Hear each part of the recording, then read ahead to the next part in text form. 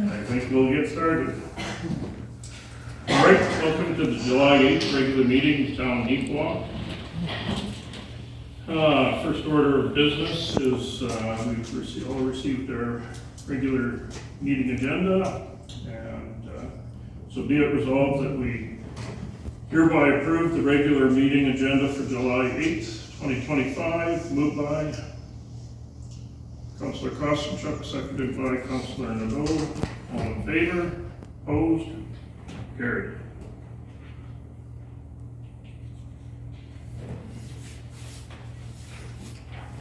Okay, we've also all received our minutes.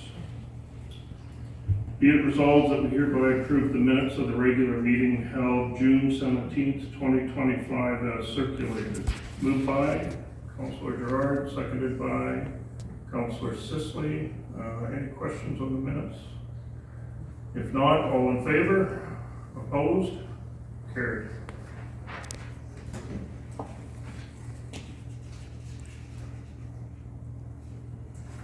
Okay, we've got a couple of minutes here. I guess probably we can bring you up, Adrian, and if you want to come up and welcome. Just a reminder that we do have a 7:15 public meeting, so just so you're aware. Because I'm going to just present some interesting things that I've been kind of thinking about for a number of years. You know, what it is, though, it is about physical, emotional, and mental health. And it's the foundation, you know, of the importance of the primary health care. You know, what I'm presenting is a holistic view of what that would look like. Thank you again, Your Worship and members of Council, for this opportunity to speak to you about building capacity regarding healthcare in the Neepawa and surrounding area. It's about building capacity. It's not about changing, it's about building and enhancing and improving where we can. What is being suggested is not a dismantling of a lot of great work that has been accomplished by many people within this community presently and in the past, as well as looking forward into the future, and organizations in our community, but building on that success for today and tomorrow's needs and requirements. The World Health Organization, or WHO, defines the importance of primary health care, that it covers the majority of a person's health needs: the promotion, the prevention, the treatment, the rehabilitation, palliation from birth to the final days of life. Healthcare organizations and hospital foundations are typically non-profit entities that raise and distribute funds to support hospitals and health systems organizations by supplementing government and private funding and enabling them to provide better care. These foundations play a vital role in enhancing procurement and medical equipment, upgrading facilities such as community clinics, and funding specialized resources for supporting programs like cancer treatment, neonatal care, and cardiac care. Many of us, whether through family or friends or relatives, are very aware of the need of that holistic approach. Our health-focused foundation would be a charitable, and I'm making an assumption here, a charitable organization which supports local health clinics and supplementing others by raising funds for various initiatives like acquiring new equipment, supporting resource recruitment, and improving facilities. This foundation would play a vital role in enhancing patient care and overall health outcomes within their respective communities, areas of jurisdiction. Now that we see the reality of an expanded regional healthcare facility here in Neepawa, being constructed in Neepawa, my thoughts are as follows. That a multi-tiered organizational structure be formalized and recognizes people and organizations who care and support primary health care initiatives as defined by the WHO, initiatives in our part of Manitoba. That a primary health care foundation be established to supplement monies dedicated to supporting healthcare initiatives in and around the Neepawa region. Some of the benefits would be, and this varies from some of the established norms that we have within our region. It is not something new. It is something that is utilized by many regions throughout Manitoba and the world. That a multiple-tiered organizational structure be formalized and recognizes people and organizations who care and support healthcare initiatives in our part of Manitoba, just like this little puppy does. Hey, he's I got this at one of the hospitals in Winnipeg, and he's a puppy in training to provide healthcare for emotional well-being of patients that are in palliative care and at the end of life situations. Supporting research, education, and social programs, managing endowments to ensure long-term charitable impact, providing a physical entity for charitable donations, fostering direct engagement with contributors, acknowledging public and business support is a broad-reaching foundation.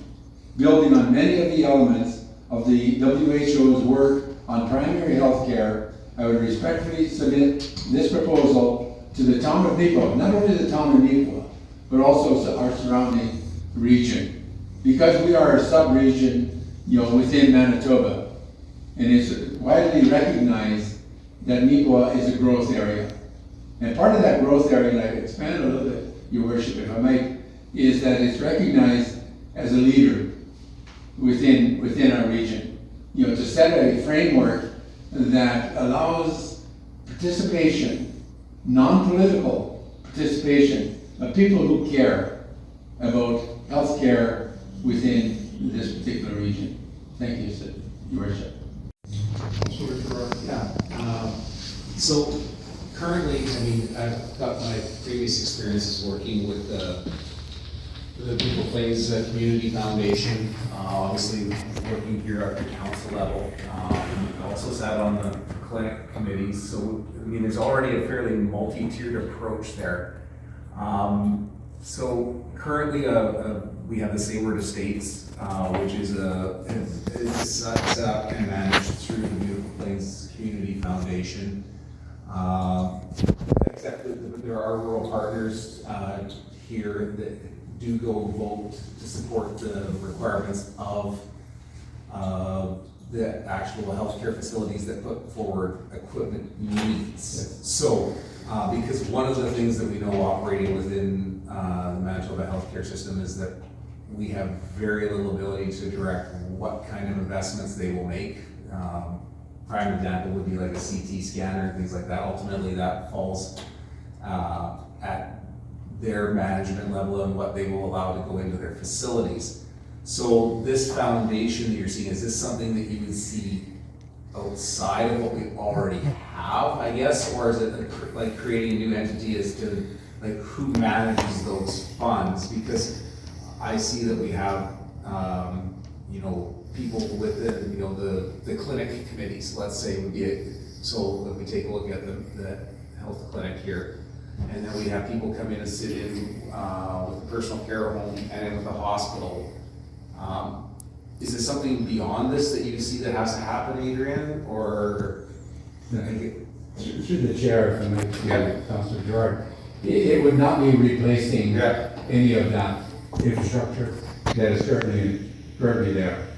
It would look at, this is what I see, and I was counseled not to provide solutions, however, got a number of them in my head.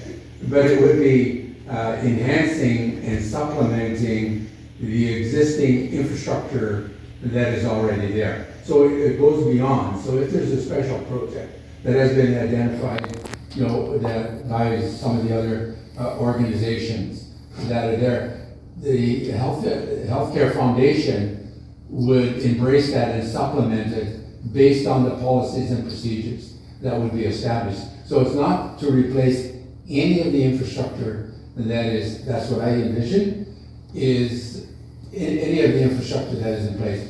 But it basically would enhance that ability. So by doing that, it would say, let's say someone comes along and says, okay, I support a particular initiative, whether it's cardiac care, special facilities. I give a $10,000 donation. Where do I put it?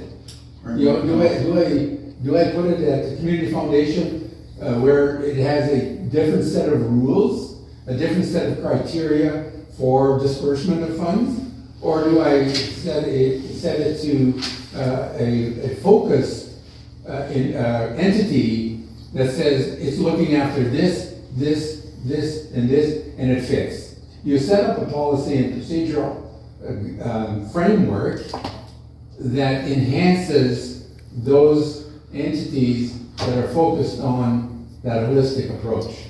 So it would not take anything away, but I see it as enhancing a particular initiative. Yeah, I was privileged when I was mayor to sit on, to see where, the disbursement of those funds.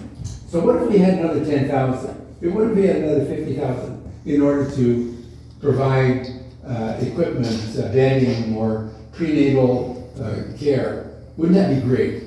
Rather than a finite amount of money, we got a larger pot. Hopefully that. So we've got the Beautiful Plains Community Foundation who receives donations and disperse to medical funds. Neepawa Ladies Health Auxiliary, Yes. that's a primary one. They're always looking for money to come in, and they can direct it to the request of the donor. Our medical clinic, as Darrell mentioned, made up the 4 municipalities. The recruitment and retention group, which is another group using the funds to recruit medical personnel. The doctors themselves will receive donations to the clinic to buy special equipment, which just happened recently. Mm-hmm. NADCO can give receipts out and get those as a specific targeted group. Our Mayor Headley is heading a new medical, what do you call that group? Health Action Committee. The Health Action Committee. We've spent time with Carberry and Portage. So there has been outreach to other communities as well. And then the town of Neepawa has a reserve for Health-related health-related stuff. facilities and officials. Well, Yeah, my it's- fear is it's going to, we're gonna get bogged down with so many groups that people aren't gonna know where to turn either. I know you can make donations to Prairie Mountain Health directly and get your donation receipt from that.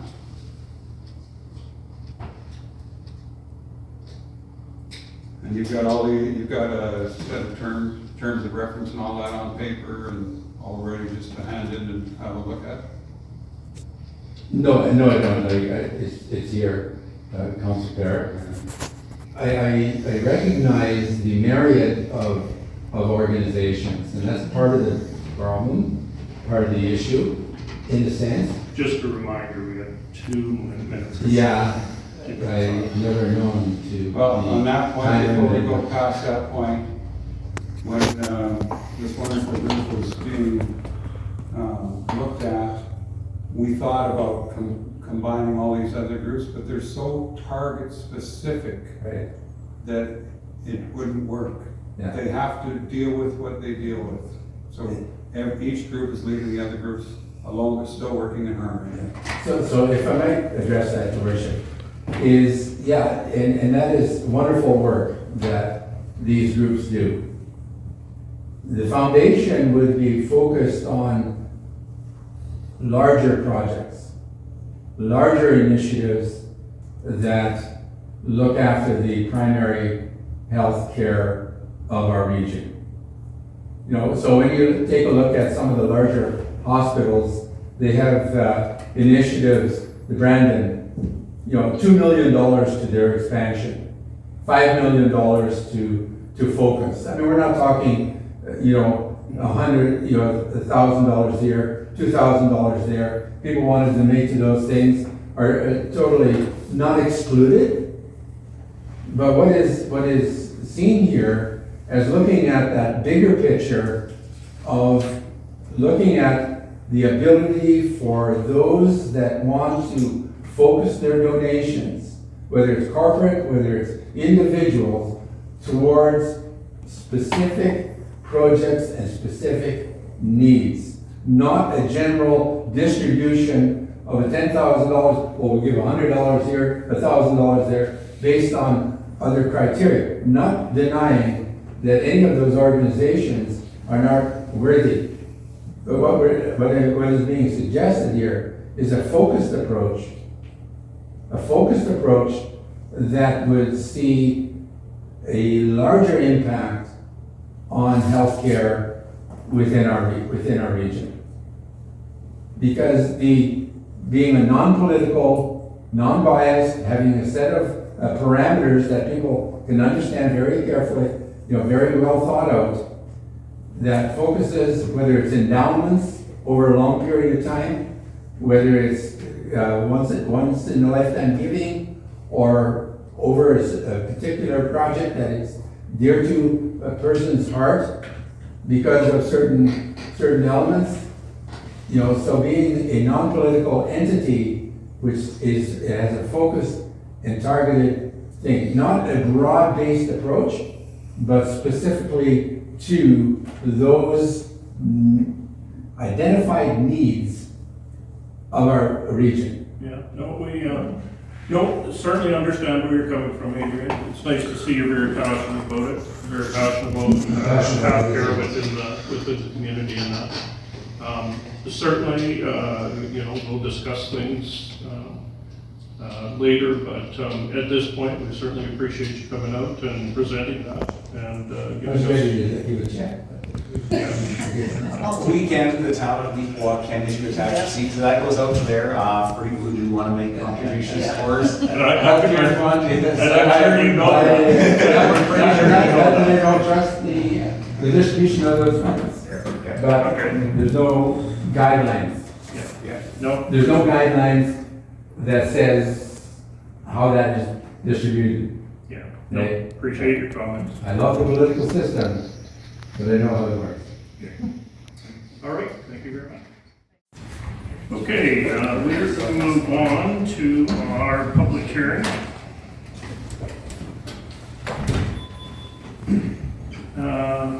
We'll now hold be it resolved, we do now open the public hearing at 7:19 p.m. to hear representation on conditional use application CU 012025 with Rick and Sherry Grant.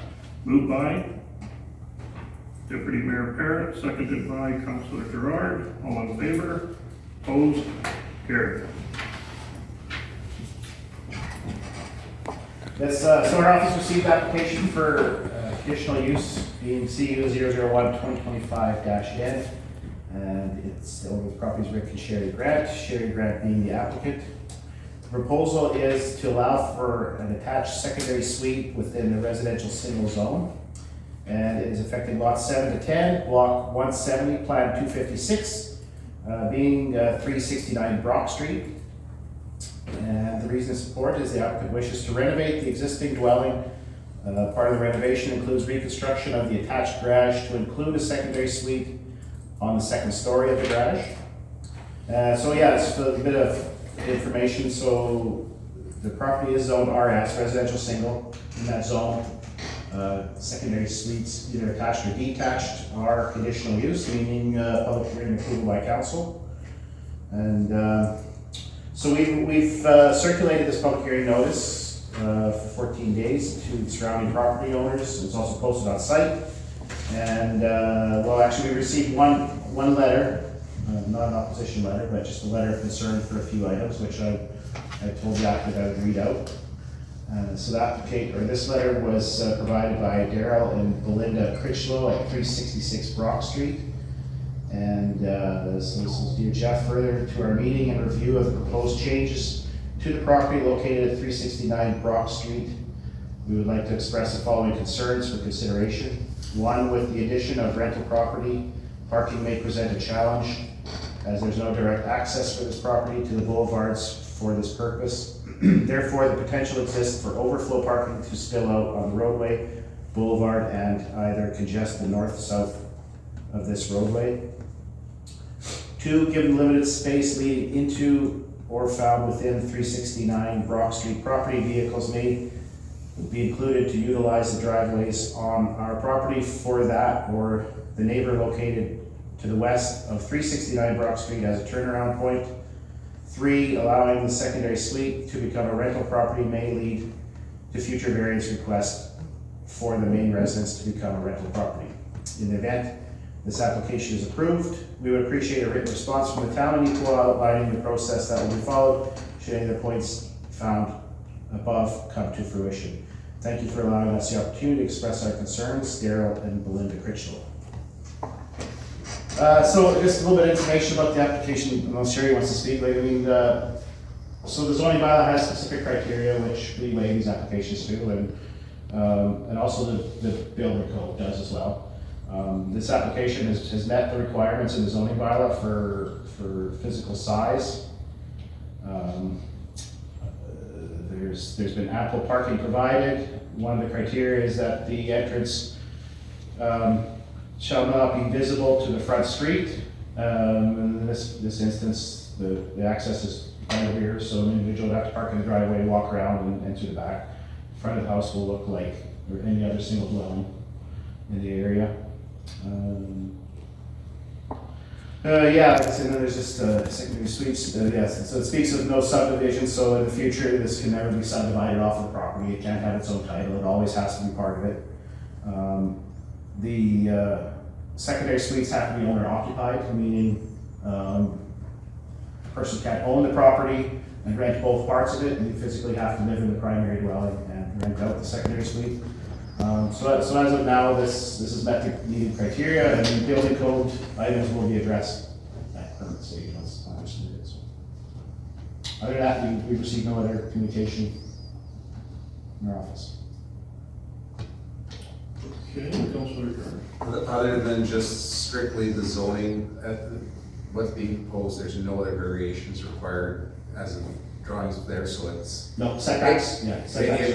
Realistically, it meets part of the whole council strategy, seeing an increase of housing and using secondary suites as a means of gaining some more properties for people to live in, essentially. That would be correct, yes. Okay. So, no parking issues, no parking variances required? No, there's ample space allowed, for not for just this, but as well for the primary dwelling. So the requirements are, it means one for the primary dwelling, one for the secondary suite. So basically all the conditions have been met? All the As So that one have been parking spot provided for- by the zoning bylaw and building code, yes. Yeah, so, But one parking spot for each? that's correct, yeah. So they have to maintain one for each. It has to be a minimum of one for the primary dwelling Okay. and one for the secondary suite. So there is only two Awesome. parking spots? I would believe there's probably room for more. Is there? Probably 5, Oh, okay. realistically. Yeah, I don't know, I didn't measure the size, but with the plan provided there, it meets the minimum, right, so. Okay, any other comments? Sherry, did you have any comments? Nothing other than our recognizing that our community needs more rental space. Right. And it's just an opportunity to provide that at this time with this build. Okay. I did speak with the Critchlows about it, and I mean, I think always the concern is long-term, that intentions are good today, but you don't know what happens with selling it. And so, and I mean, I understand their point of view as well, but, I don't know how to trust that to future purchasers, like as far as, I mean, they have to be understanding if it was to ever sell and they purchase it, they have to be, they'll be held to the same criteria as, right? Right, any other questions from council? If not, thank you. Be it resolved that we do now adjourn the public hearing at 7:26 p.m. Okay. Moved by Councilor Crossenchuck, seconded by Councilor Nadeau. All in favor? Opposed? Carried. Good.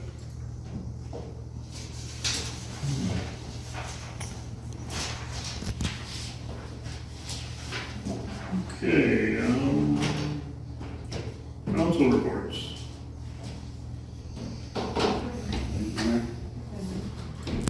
Okay, the Neepawa Fest is happening July 19th from 10 a.m. to 2 p.m. Music, food, drinks, and art. Arts Forward is also the pit stop for the amazing race happening during the Art Fest. It's going to be an awesome day to be in downtown Neepawa. I also had the opportunity to go to the Neepawa NECI grad, holy doodle, 136 students as long as my counting back. Got to give out the scholarship from the town of Neepawa. And got to see all the amazing students that are now going to create our world going forward. It was really cool. And there's other stuff that, you know. That's enough for now. Yeah. Okay, thank you, Deputy Mayor. Councilor Costa. Yes, I have the coordinator's report for June from hand. Lifeline treatment installs. They're transitioning to a new manufacturer for the buttons, so therefore there's been a shortage of buttons for fall protection, but they're working on that. Community meal program is going well. Senior social afternoon, another success. Handband costs paid from the Stride sponsorship, and the town of Neepawa paid for the band out of the age-friendly grant money. They will reconvene in September. The mature driver workshop had 19 people registered, however it was canceled as the instructor fell ill. They will hopefully reschedule for the fall. The bus trip to Clear Lake was a success, as well as to Sand Hills. So that's the report from Pam. Great. Okay, thanks, Mike. Over on this side, Councilor Sisson. So Councilor Parrott touched on it, the Amazing Race downtown Neepawa will be on July 19th. It is basically a big scavenger hunt. There's 20 stops along Mountain Avenue. There's going to be some great prizes. There's a free barbecue sponsored by Neepawa Gladstone Co-op, or beverages sponsored by Farmery. This is going to be a fun day for the whole family. Free event where you get to go to locations. You're going to be making puzzles, building things. The karaoke is one stop. It's going to be a lot of fun. You'll have a passport that you have to get stamped at each location. If you sign up early for this, you will receive an express pass the day of the event. So if you don't like singing karaoke, you can actually skip it with the express pass. But for more information or to register, stop in at Hidden Hollow or click on the Facebook link that is being shared by the 20 businesses that are involved. You'll see the ads and the posters out all over town. There's also a QR code with the poster as well.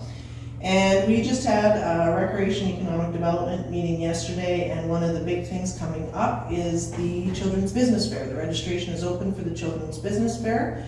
It will take place on Thursday, August 14th from 3 to 6 p.m. at the Yellowhead Center. It's for children ages between 6 and 15. If you want to register, contact Marilyn at the town office. And I will say, I've happened to be up there because the farmers market is combined with the Children's Business Fair every year. If anybody has had the chance, it is so fun to go up and see the kids. They take it quite seriously, and they get to make and present and sell some pretty cool items. Last year we actually scooped a couple of the kids' items for the Glorious Christmas Wish sale because they were so cool. So So if you do have a chance to go up there, it is a pretty neat event, so that'll be August 14th. That Silver Club Initiative, Burton Rodale? Yes, so that is August 16th, the Silver Club Initiative. So that is the next trip that they will be doing, and Cass is taking sign up at the town office, and I believe Michelle is also taking sign up at hand. And they did have, so the Clear Lake trip, they got to have lunch and they got to tour around the stores, and it was very, well, anybody that went stopped in and was talking about how great it was. So I know that if you are interested, you will have a very good time with that one, so. Great, thanks. Councilor Legault. Oh, lots going on behind the scenes, for sure. I'll just try to hit a few things from each place. So on June 24th, went to the RSTA, the Trails Association meeting for Rossburn subdivision, and a couple of cool ideas. One of the communities where we have a trail event, they had a festival and they had lawnmower races, and I thought, oh, that was a good one.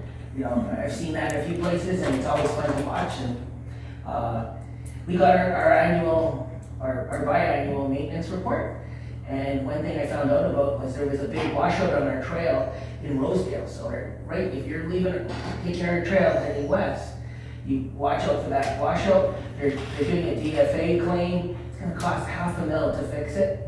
So a lot of money, a lot of damage from the flooding and stuff. So that's just something to watch for safety reasons. You can bypass that little section by walking along the main roads around.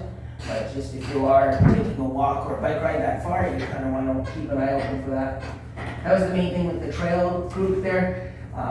Westlake Employment, I must say that the girls there are doing amazing work, helping employers and employees find each other in order to help with our employment strategies. Some interesting notes I thought is they're always working with settlement services, and we're working with our local partners all the time there. But what's neat is they were working with a meeting from Manitoba Hydro, and they met on May 21st, and there was 18 people that attended, 6 in person, 6 virtually, and 6 in settlement services. So all the agencies are working together, which is nice to see. And to have that many people attending in person about the possibility of working for, I guess, Manitoba Hydro is really amazing. One thing that I thought was a little concerning was one of our success stories. It's funny how you find a success story concerning, but 2 of our clients were continuing with their education programs towards being a nursing assistant and licensed practical nurse. However, the way the program's changing moving forward is grade 12 students will no longer be eligible for this type of support that they're receiving. So the government's changing the way they support people moving into those occupations, which we know we need to start covering and continue with our training center. And you know, I'm curious to see how this is really going to affect that too. Now, it doesn't mean they can't go into it, it just means they don't get that little extra support. So that was something. On June 18th, had a library board meeting with the WMRL, and just to share with you, in May, our circulation was 1,538 items that were either taken out or used. The Neepawa door count in May was 1,714. And the whole region's e-library access was 10,765. So we're seeing larger and larger numbers of not just people using our physical spaces, but also a lot more people using our digital online spaces that we have.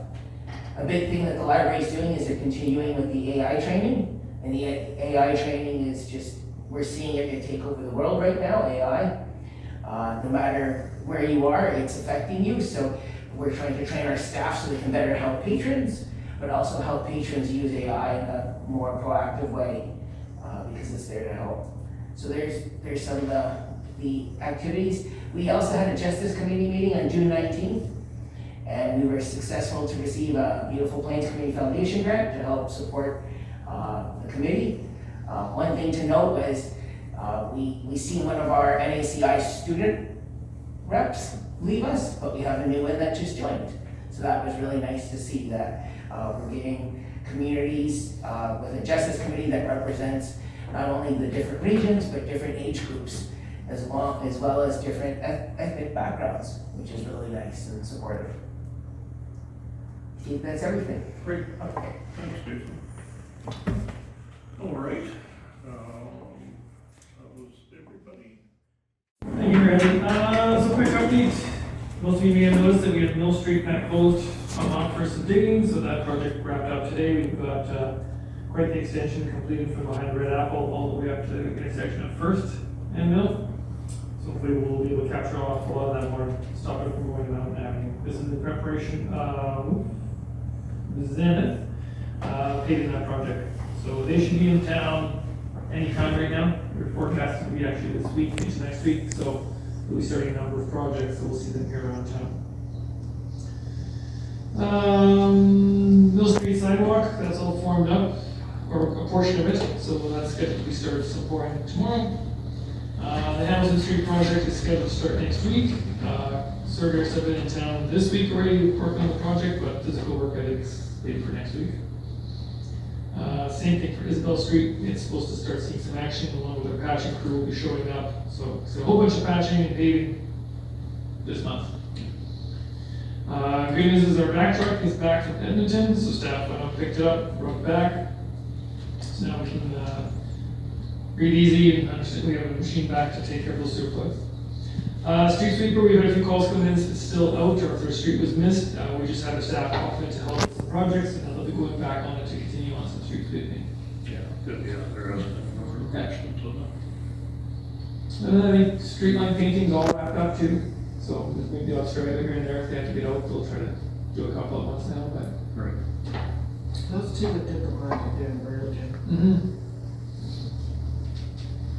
Okay, any other questions at the? If not, carry on.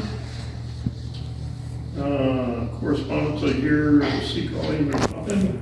So finance. So the resolution is be it resolved that we approve the June 2025 list of accounts totaling $776,275.81 as reviewed, representing EFT 940 to 1124. Check 2025-000422 and 2025-00514, but excluding 2025-000467 and 2025-000468. Moved by Councilor Costin, seconded by Councilor Gerard. All in favor? Opposed? Carried. Okay, Councilor Gerard and myself will remove ourselves. May it be resolved, we approve check 2025-00467 and 2025-00468 for June 2025 to Home Hardware and Neepawa Gladstone Co-op totaling $14,366.10. Moved by Councilor Nadeau, seconded by Councilor Sisley. All those in favor, carried.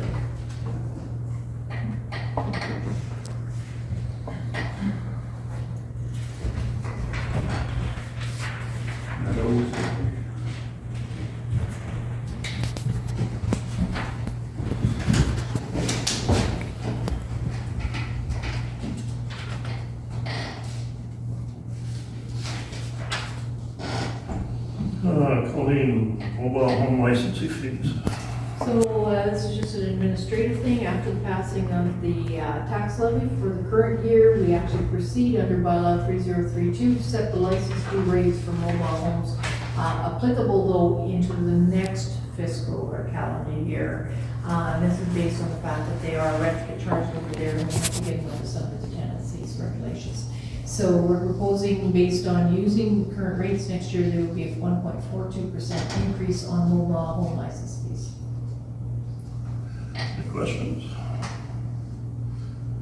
If not, be it resolved that we approve the increase of 1.42 to mobile homes licensing fees for 2026 under the authority of bylaw number 3032. Moved by Councilor Costin, seconded by Deputy Mayor Parrott. All in favor? Opposed? Carried. Utilities, outstanding utilities that you're on. So there are some accounts that we're going to add to taxes. This is kind of a quarterly, regular administrative thing we do. There's three taxes for three outstanding amounts for utilities to be added to taxes for being unpaid and uncollectible, and one particular accounts receivable that relates to a property cleanup that was not paid from the prior year. So we're asking for those amounts to go with the tax roll. Okay, any questions? Pretty self-explanatory, whereas section of the Municipal Act, section 252 of the Municipal Act authorizes a municipality to collect debts in the same manner as a tax may be collected or enforced under the Act. Whereas there are outstanding utility charges and an outstanding account related to the cleanup of property in 2024, which remain unpaid and uncollectible. Therefore, be it resolved that we approve the addition of the following outstanding accounts to the tax roll as attached. Moved by Councillor Gerard, seconded by Councillor Nadeau. Any questions? All in favor? Opposed? Carried.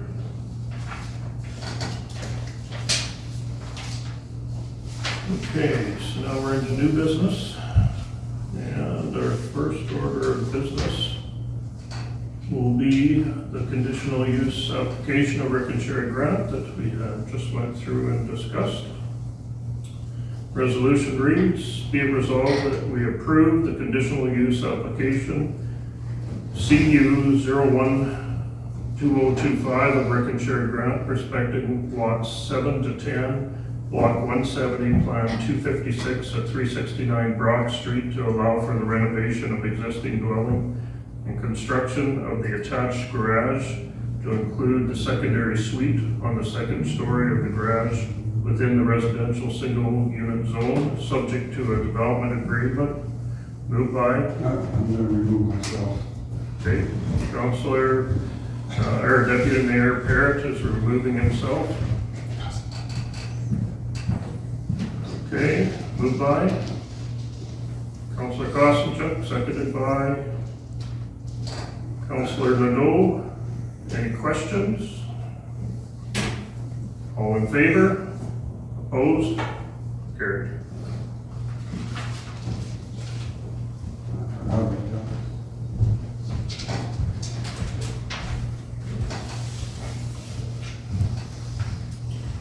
Okay, Colleen, purchase approval. So we all know we're trying to conduct some development to the west or northwest of Neepawa, and if we all look at the map at the back, there's a 58-acre subdivision that will be proceeding, and has been proceeding for a while now to meet some of the conditions that we understand we will be assessed once the subdivision goes through. There's a parcel of land over there, 1.72 acres, owned by a particular fellow by the name of Clarence Bag. It's lot 1, block 2, plan 6965, and the subspecies is 321415. More speaking with Mr. Bag, who would like to dispose of that piece of property, it makes a lot of sense for the town at this point to acquire that and become part of the development that's going to exist over there. So there's a resolution on your table to support the purchase of that property for $95,000 from Mr. Bag. Closing date of January 1st, if you're so ready to approve. Okay, any questions of Colleen? Councillor. Just a comment, specific to this property adjacent to that 320 area of the town, is that this lot is already surveyed and it is ready for instant development. So that I think that's of the importance there too, when we look at our shortage of lots for the community that are available. Yeah, good comments. Anyone else? Seeing none, be it resolved that we approve the purchase of lot 1, block 2, plan 6965, roll 156400 in southeast 321415 from Clarence R. Bag for $95,000. Moved by Deputy Mayor Parrott, seconded by Councillor Sisley. Any questions? All in favor? Opposed? Carried. Lease agreement, Colleen? So this is a lease agreement to the Beautiful Plains Museum. It's been coming for a long time. Previous lease that existed for this particular property for the museum was actually with the railway company. When we took over the land and subdivided, we weren't able to lock down the lease based on the fact it took years to get title. Once we got title, of course, there's been discussions underway on several occasions of, the limits of the property line, and more recently squared off a specific piece applicable to the piece that would go under lease to the museum. So as much as there is an acre on title over there, that will be subdivided for future purposes of the town. No purpose for development at this point, but identifying a sizable portion of that applicable to the museum that they felt as well operationally that they could handle and manage insofar as grass cutting and maintenance. So you do see a museum lease attached to your agenda there with obviously the parcel of property we're talking about, so that they clearly understand the part they're responsible and we'll understand the part we're responsible. More recently, you probably noticed there has been some work over in that area to the west and to the north of the museum where we've leveled it off, brought in a lot of fill. I think we've even conducted the seeding there. The town will look after that. That was one of the major worries of the museum board, was who and how on earth is going to manage that property in entirety. So we pared that down. We will proceed and square that off for the better and lock that down for certainty for their future as well. So. Okay, any questions? Okay, resolution reads, be it resolved that approve a lease agreement with the Beautiful Plains Museum respecting a portion of lot 68, plan 65638 of Southwest 331415 for a 10-year renewable term running January 1st, 2025 until December 31st. Okay, 2035. Moved by Deputy Mayor Parrott, seconded by Councillor Nadeau. Any questions? All in favor? Opposed? Carried.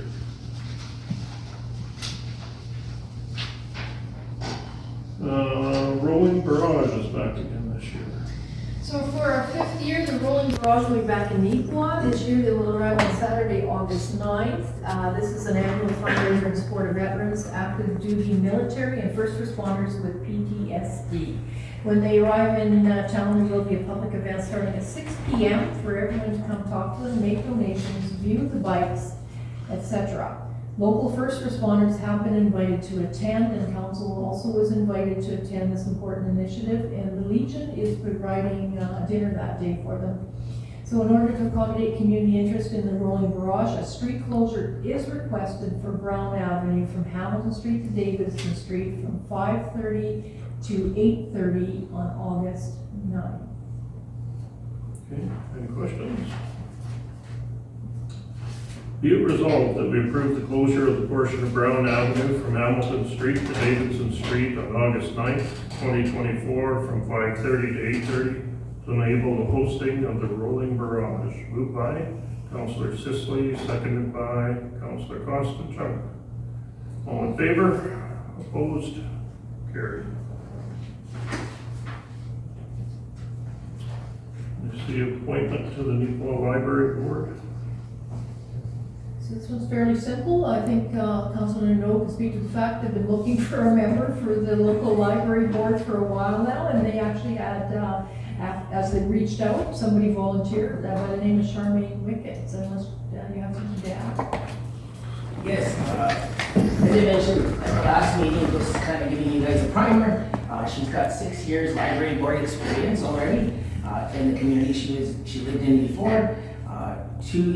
She's been in our community for 2 years, and she really is passionate about reading and books, and she's got some really good ideas already just from having her as a guest to join us to see if it would be a good fit. I think she would be a good fit. Okay, so the resolution reads, be it resolved that we appoint Charmaine Wickett as citizens representative to the Neepawa Library Board. Moved by Councillor Nadeau, seconded by Councillor Sisley. All in favor? Opposed? Carried. Okay, is there any other business that has not been discussed? You know, actually, it's a good timing because Jeff's here. So I continue, even though I've explained it, but maybe Jeff can help explain a little more. The railing coming off of Roaders, I get a lot of comments from residents just saying that it really is tight for their wheelchair to get by there. And I know there's a reason for it, and I tried to explain it, but maybe if you could help explain it. Sure, so yeah, it's, by code, it's a requirement on accessible doors with power operators. It's called a cane detectable guard, so individuals walking with visual impairments can know they receive that, then they know that they're at a door that is accessible. So yeah, it does, in that instance, it does protrude out. There's still minimum code requirement space in between the pole and the railing. So it does still meet accessible code around it. It's a bit awkward, but essentially that's what it is, and we will be seeing more of them go up as we renovate buildings downtown when they become, it will become a more popular thing. So it is a code requirement, and that is why it's there. And, yeah. Thanks, Jeff. All right. Seeing nothing else, I guess be it resolved that the council of the town of Neepawa do now adjourn the regular meeting of council at 7:52 p.m. Moved by Deputy Mayor Parrott, seconded by Councilor Costanchuk. All in favor? Opposed? Carried.